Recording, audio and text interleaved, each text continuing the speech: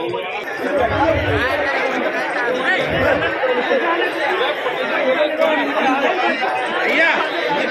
ये नीचे पीछे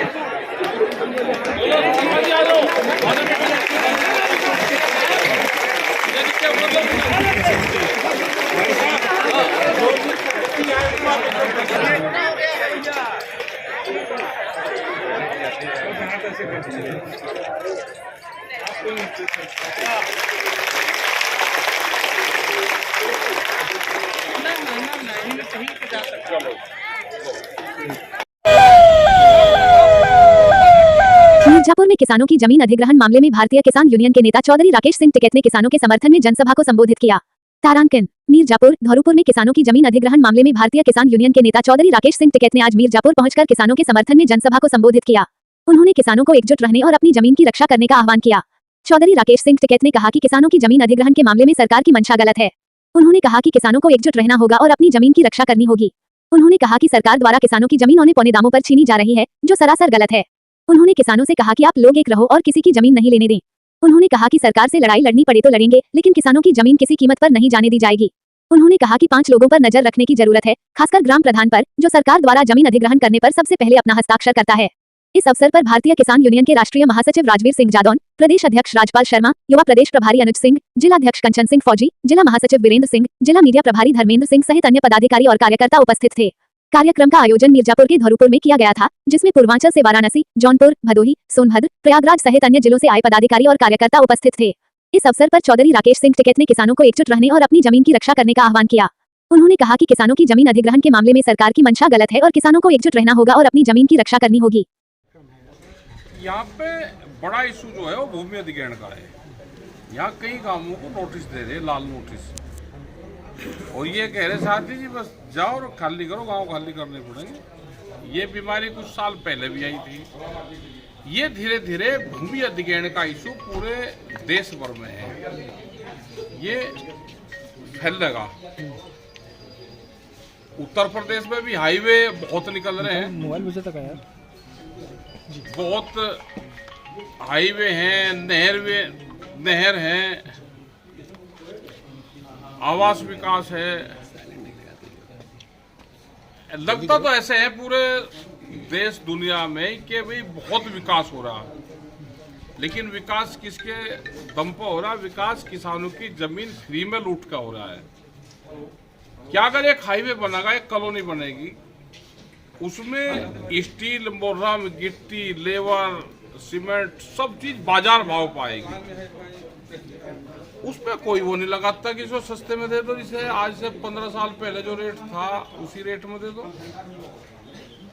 वो बाजार भाव पर खरीदी जाती है, लेकिन किसान की जमीन सस्ते रेट पे, दान में, फर्जी तरीके से उस पर खरीदी जा रही है। क्या यूपी सरकार की गलती मानना है कि एक कोई एसओपी नहीं है या फिर नियम बने हैं, नियम को लागू नहीं किया जा रहा है? सब ठग ठगे हैं भाई। यूपी सरकार भी ठग ठगी है, अधिकारी भी, सरकार भी, अथॉरिटियाँ भी सब मिल जाती है, सब मिल जा। क्या हाईवे बढ़ेंगे किसानों को या किसी आदमी को टैक्स फ्री है? फिर उस पर क्या जिन किसानों की जमीन जाएगी वे कहीं पे भी हाईवे पे जाएंगे, उसको कोई टैक्स नहीं लगेगा? हाईवे बन जाएगा तो उनको भी टोल टैक्स देकर जाना पड़ेगा। किसान को तो जो मिलेगा वो अब मिल जाएगा। देश में किसानों के कई मुद्दे हैं, आप संघर्ष भी करते रहते हैं, लगातार आवाज भी उठाते रहते हैं।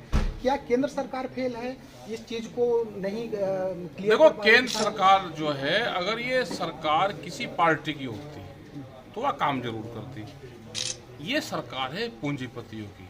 पूंजीपतियों का एक गैंग है, उसने इस देश के एक पॉलिटिकल पार्टी पे कब्जा कर लिया। उसके माध्यम से वे इस देश में घुस गए। अब इस देश को वे लूटने का काम कर रहे हैं। पूंजीवाद बढ़ेगा देश में, लोग गरीब होंगे, और 2047 तक देश की किसान की बहुत जमीन पूंजीपतियों के पास में चली जाएगी। मोदी सरकार ने 47 तक विकसित राष्ट्र का नारा दिया है। क्या किसानों हाँ, तो विकसित तो राष्ट्र हो ही जाएगा। बिल्डिंग बन जाएगी बड़ी बड़ी, गरीब किसान का वो होगा। जैसे दिल्ली में आप देखो, जहाँ ये कोठियाँ चमकती है, वो कोठियाँ थोड़ा है, उनके पीछे अगर देखोगे तो झुक्की झोपड़ियाँ है। तो बड़ी बड़ी बिल्डिंग बन जाएगी, सड़क की सब जमीन व्यापारी खरीद रहा, उनके बड़े बड़े मॉल और वे बन जाएंगे, पीछे अपना गरीब रहेगा।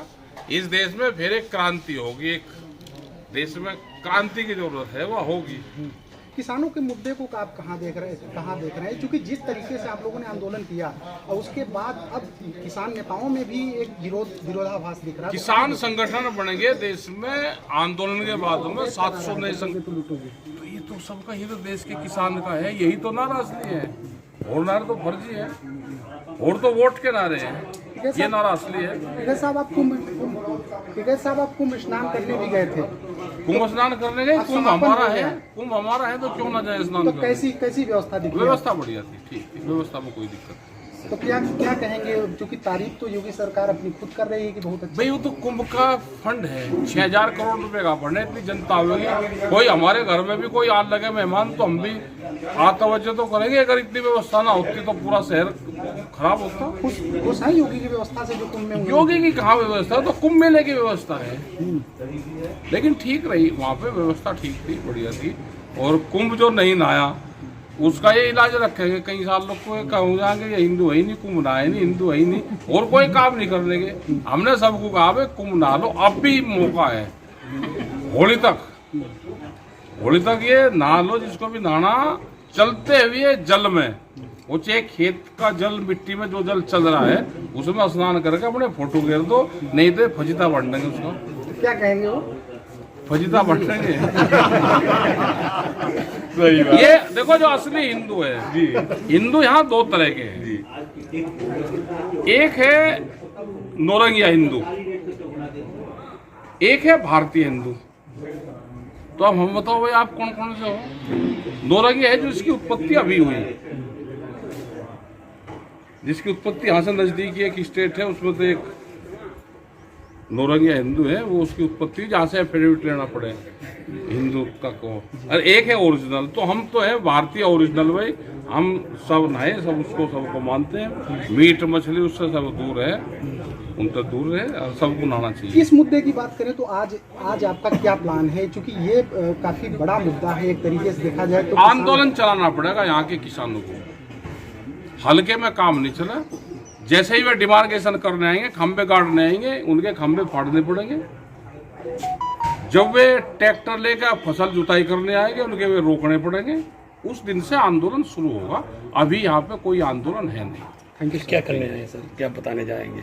बताएगा तो चल जाएगा, इतना ही बताया था। अब जिस दिन वे काम करना है वो रोको, ट्रैक्टर का मुकाबला ट्रैक्टर से होगा। Thank you so much. जो हालात मिर्जापुर में है भूमि अधिग्रहण के, यही पूरे देश भर में, पूरे उत्तर प्रदेश में है। हाईवे बन रहे हैं, बड़ी बड़ी कॉलोनी डेवलप हो रही, तो आम लोगों को तो ये लगता है कि सरकारें बहुत काम कर रही है, लेकिन जहां पे हाईवे बनेंगे, हाईवे में गिट्टी, बोरम, स्टील, लेबर, इंजीनियर सब बाजार भाव पाएंगे, लेकिन किसान की जमीन क्या लूटी जाएगी? जिस तरह से यहाँ पे भी कॉलोनी डेवलप कर रहे हैं ये, और कई गांव की जमीन ले रहे हैं। यहाँ कई साल पहले भी हमारे नेता है यहाँ पे, इनने कई साल पहले भी ये मूवमेंट उठाया, वे फिर नोटिस आने बंद हो गए, लेकिन आज फिर दोबारा नोटिस आ रहे और गांव के गांव कह रहे कि गांव के गांव को खाली कर दिया जाए। तो इसके खिलाफ तो आंदोलन होंगे। भूमि अधिग्रहण के बड़े इशू है सर।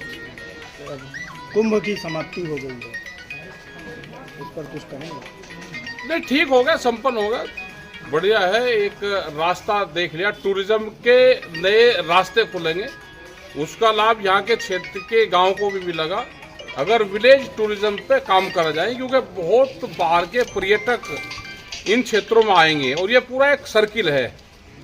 उस सर्किल पे गांव के लोग अपना रोजगार करें, अपने होटल खोल लें।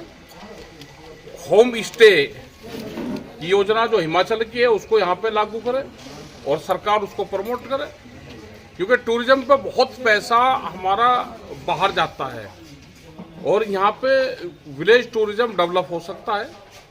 बाहर के लोग यहाँ पर आएंगे तो उस पर काम हो सकता है। तो टूरिज्म के माध्यम से हमको बहुत पैसे की आमदनी हो जाएगी। आवास विकास प्राधिकरण में किसानों की जमीन ली जा रही है। जमीन जाएगी तो सर्कुलेट बढ़ाओ, पहले मार्केट के हिसाब से सर्कुलेट बढ़ाओ और उसका 4 गुना, या जो जमीन बिक रही है वह किस रेट में बिक रही है उसके बैना में ये लोग। कोई फ्री में जमीन नहीं किसान देगा, आंदोलन होंगे।